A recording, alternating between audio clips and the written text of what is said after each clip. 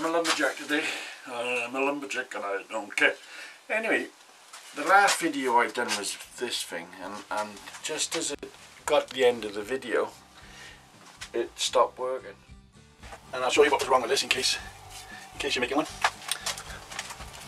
This bit here is the same height as the underneath.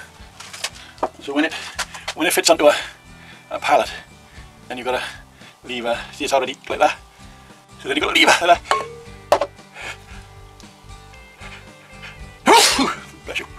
This bit here needs to be lowered. I'm going to pick that down about 1/2 inch.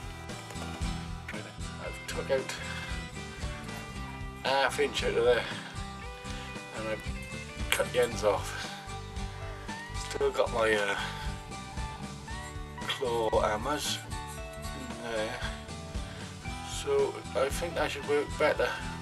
Obviously the best way to do it would be the best way to do something like this would be a cantilever on there like that, so this would swing.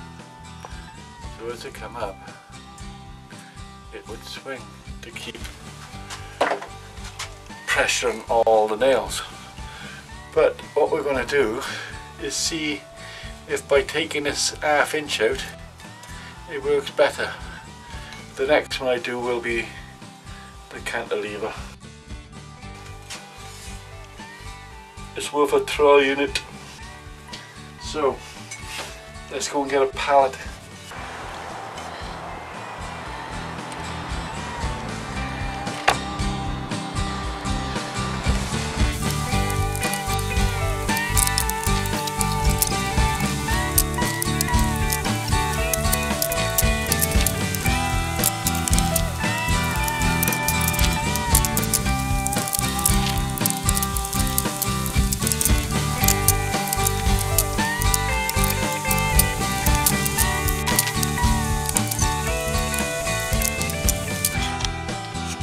Right, I just about denailed everything. Just wanted to show you